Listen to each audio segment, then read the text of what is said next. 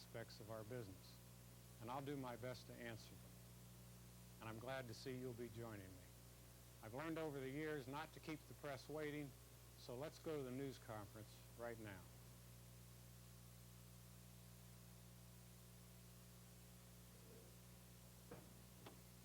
Good morning. I'm Bill Mullane, and thank you for joining us so early. Little note of history, it'll be 30 years ago this Friday that AT&T first took an annual meeting outside of New York City. It was in the original McCormick Place before it burned down. There were over 20,000 people in attendance. We served box lunches then. We don't anymore. We meet in the morning. We outdrew the White Sox that day. Well, they open tomorrow in their new ballpark, so I'm sure they'll have a larger crowd than we did. But a little bit of history. It's the largest annual meeting a corporation has ever held in the United States. And it's just almost 30 years ago this Friday. Without any further ado, let me introduce the chairman of the board of AT&T, Bob Allen. Bob.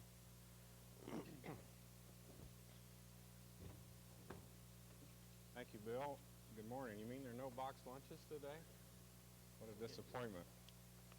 Good morning to all of you. I think you've been given copies of the news release with our first quarter earnings, and so I will discuss those results only briefly. Despite the recession's effect on the overall economy, we earned $712 million, or 65 cents a share in the first quarter. This compares with last year's first quarter results of 62 cents a share and reflects a stronger earnings from operation than expected, and in part a one-time gain on the sale of a portion of our ownership of Unix Systems Laboratories to others in the industry. Earnings from operations were very satisfying. We had one of our strongest quarters for long-distance calling volumes. Product revenues, fueled by network telecommunications product sales overseas, also grew, and our financial services revenues from leasing and the AT&T Universal Card were up 134%.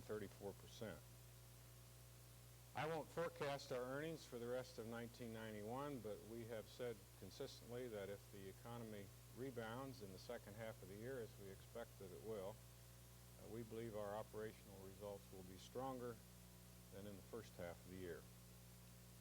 I imagine you'd like to know where our bid to acquire NCR stands. All I will tell you is that we continue to seek a solution that is attractive to our shareowners and to NCR shareowners. Thus far, our efforts to complete a negotiated merger have not been successful, but we firmly believe that such a merger is in the best interests of both companies. I might add, by the way, that we had a strong sales quarter for our computer systems unit in the first 3 months of the year after a strong finish in 1990.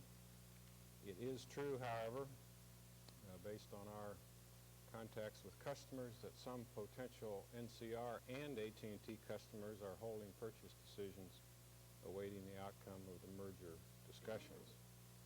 Combination with NCR is important in its own right, but it's also important symbolically as well. Symbolically because of what it says about our commitment to a strategy for growth.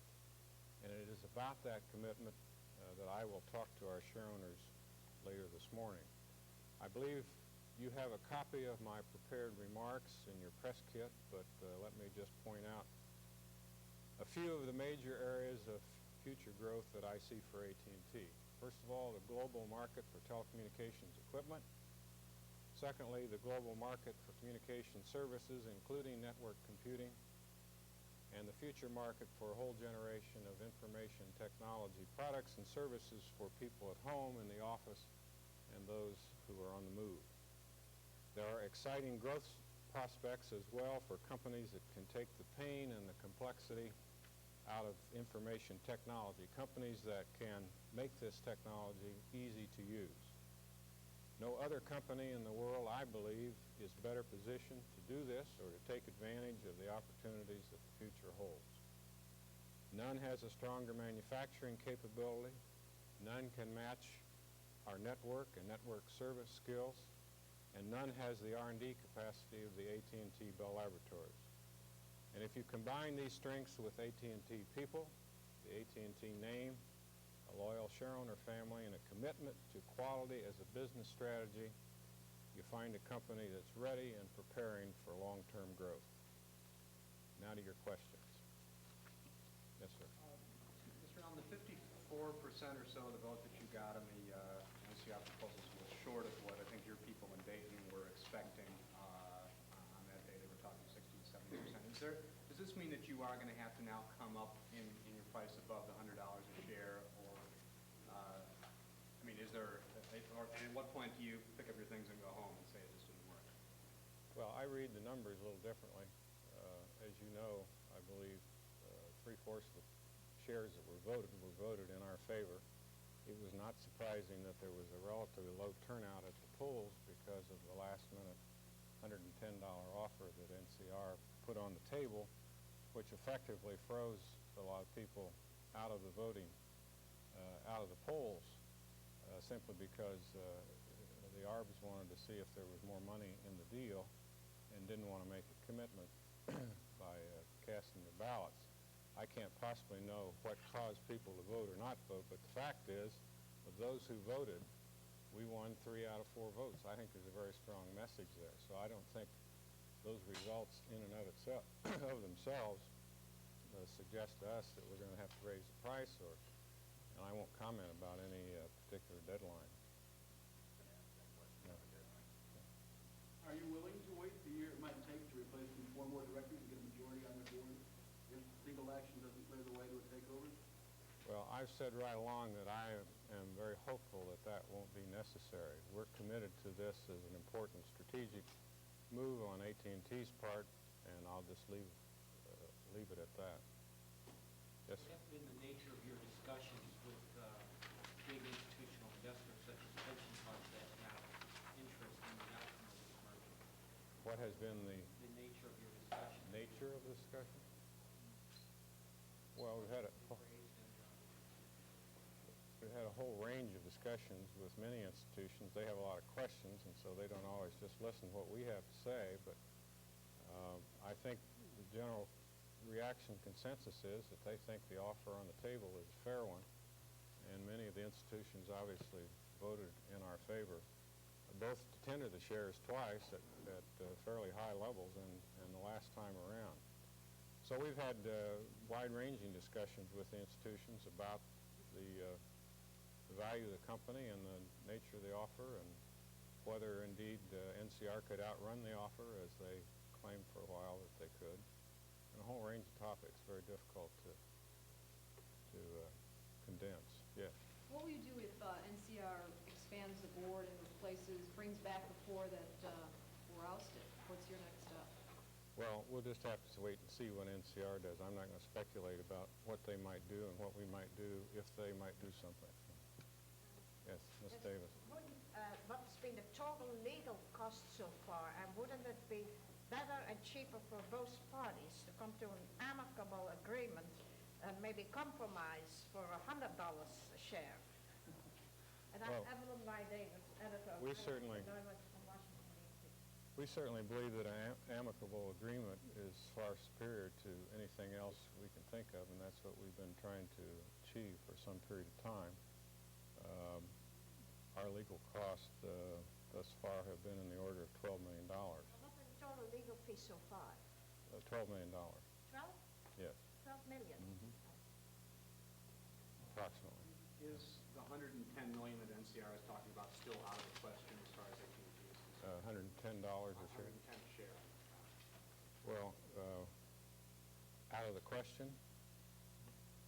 Well, I think I've said very clearly that $110 is a price that we're not willing to pay. I don't know how I can be more clear on that subject. That has not changed. Let's go here. Even with a stock, even if there's a stock deal thrown in? Well, I'm not going to speculate or comment about hypothetical situations. We certainly would like to determine whether, if a merger takes place, the pooling form of accounting is a possibility, and we have been attempting to get that kind of cooperation from NCR to get that determination, which will give us some sense of the value of this company relative to non-pooling. But until we know the answer to that, it's going to be very difficult for me to answer your question. Yes, sir. Are you actually negotiating now?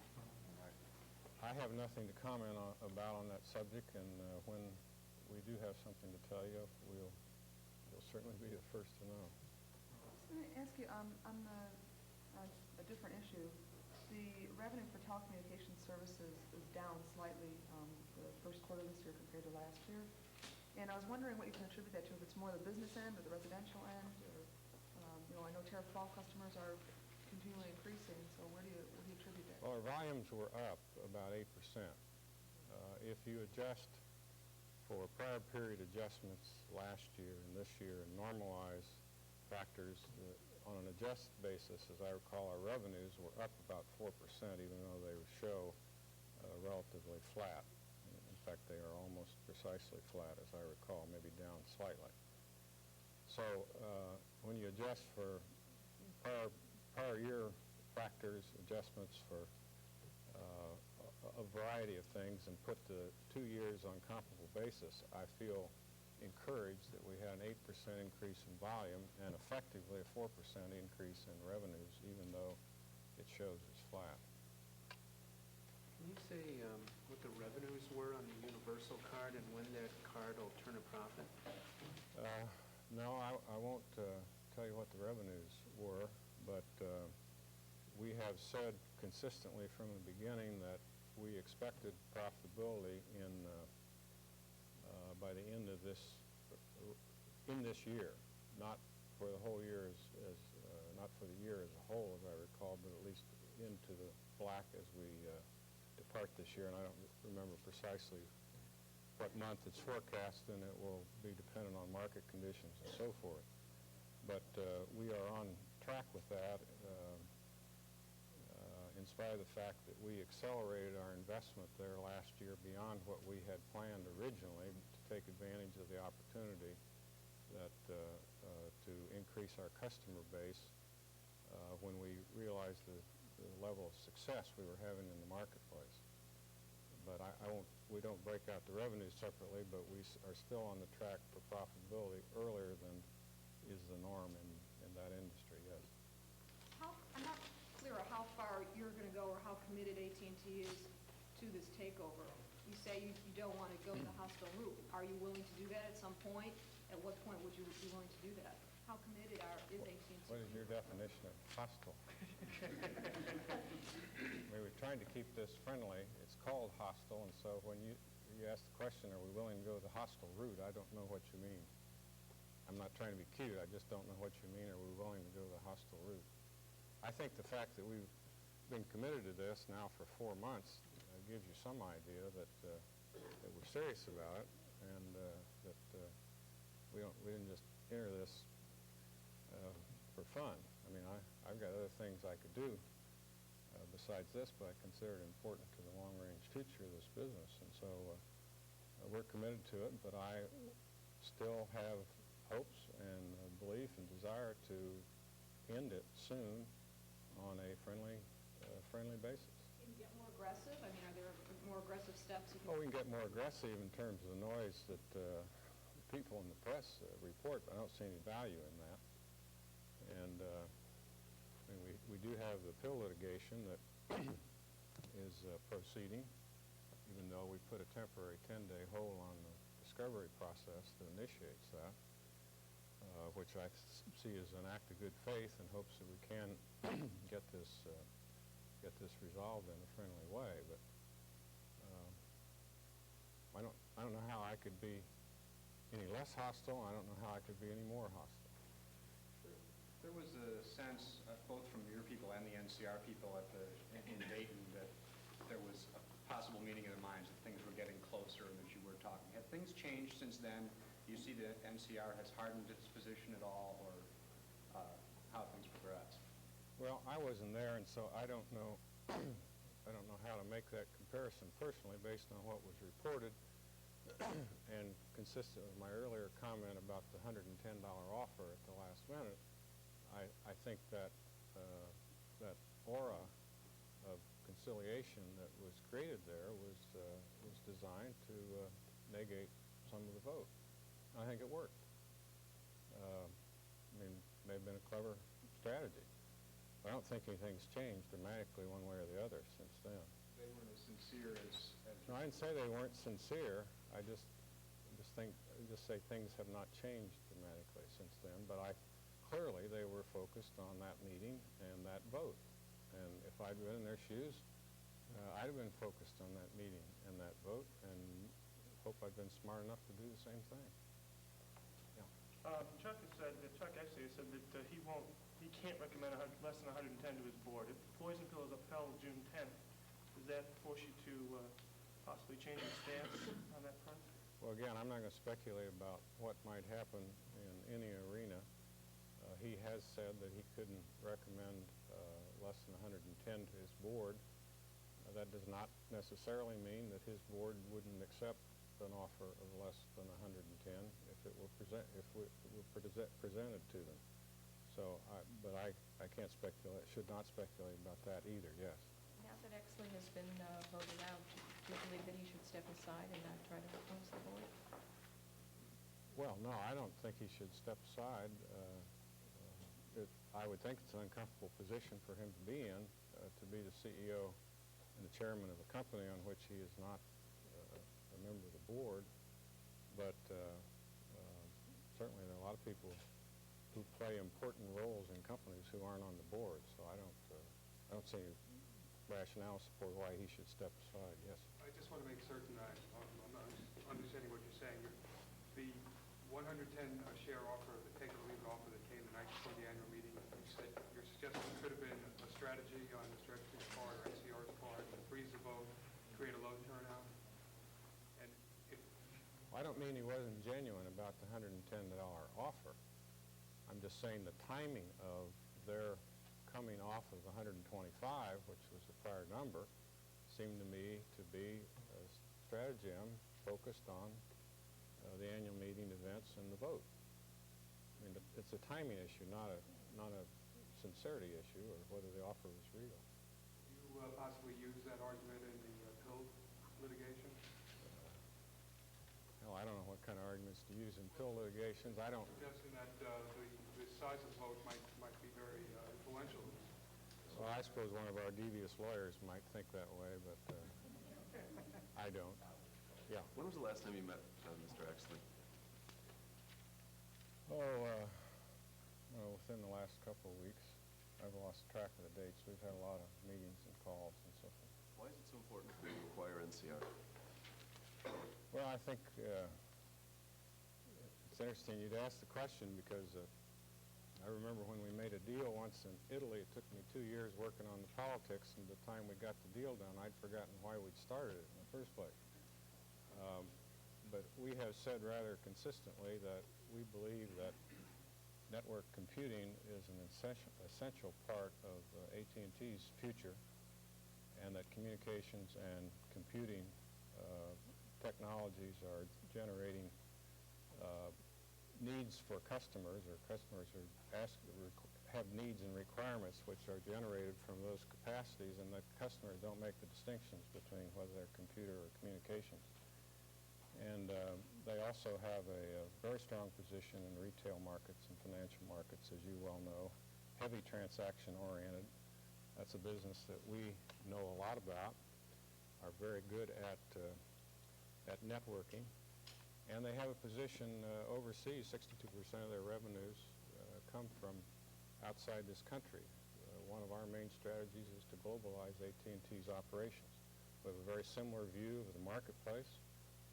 I could read their annual report and change a few words, and it almost looks like our strategy precisely in the area of network computing. We have common view about open systems. We have relatively similar cultures. There's just a whole range of reasons why we think this is important to our future. And aside from it being an offensive strategy for growth in the future, it's also a defensive strategy against our basic telecommunications services business, which if we're not in the game leading the change in the market, others will be, and they'll be trying to commoditize our communication services business. Yes. I don't see anything mentioned in your prepared remarks about wireless communication in these future technologies, global and otherwise. I wonder if you would give an appraisal of what you see AT&T doing in the next decade in the new wireless technologies. Well, we feel very strongly about the future of wireless technology from end to end in every aspect of its creation and distribution and operation. And we are a strong and a growing player in wireless communications in terms of building, providing, selling the infrastructure equipment which makes wireless work. And we have technology which is in a world leadership position in the whole area of wireless. What we have been debating about ourselves is the extent of our operations in the wireless area, given a whole array of other opportunities and other priorities. And so that's a subject that we think we're going to be important players in the future, and one of the questions we have to address is to what extent, and we're doing that now. Is that one reason why you didn't particularly address that in your remarks? No. You're still thinking about it? Or? I didn't, no. I didn't address it in my remarks because there's 15 other things I could have addressed in my remarks. But it certainly is an essential part of our future. And the real question is the extent to which we want to be directly involved in all aspects of wireless communications. Back here. Are you growing frustrated by how long the NCR situation is dragging out? Oh, I'm a very patient person. But yes, I'm frustrated. I have had days of frustration, let's put it that way. Did you have some time frame in mind just from the start that it hasn't met? Well, we had hoped we'd wind this up quietly and very quickly, but we faced the reality of this possibility right from the start. Had all the professional advice we could possibly get about the what-ifs here and the fact that it could drag out for a long time and what you ought to be prepared for.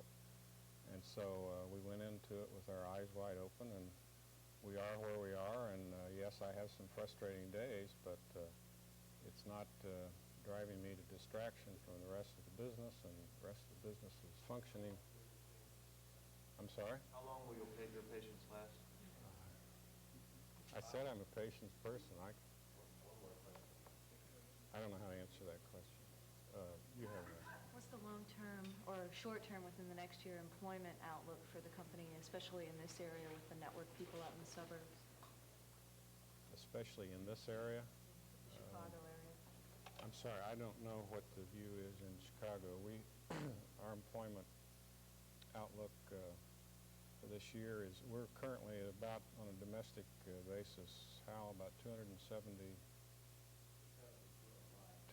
worldwide and about 253 or something on a domestic basis. And at the last count earlier this week, there were some 4,000 employees around the country who had been declared surplus and who knew they were surplus. We'll be trying to find jobs for them within AT&T, but they're on notice. And so some of those people probably will leave the payroll, and some will find other jobs as other people leave and other opportunities present themselves. But I can't predict beyond that, because in the business unit structure that we're in today, we are continually streamlining our operation and getting right size relative to our competitors and the market opportunities and serving our customers. And so it's just very difficult to project. And one of the great things about the way we're running the business today is that I don't have to try and make those decisions on a gross basis. They're made by the managers who are running the businesses and who know the customers and know the competitors and know the market conditions there. Thank you very much, Bob. Thank you.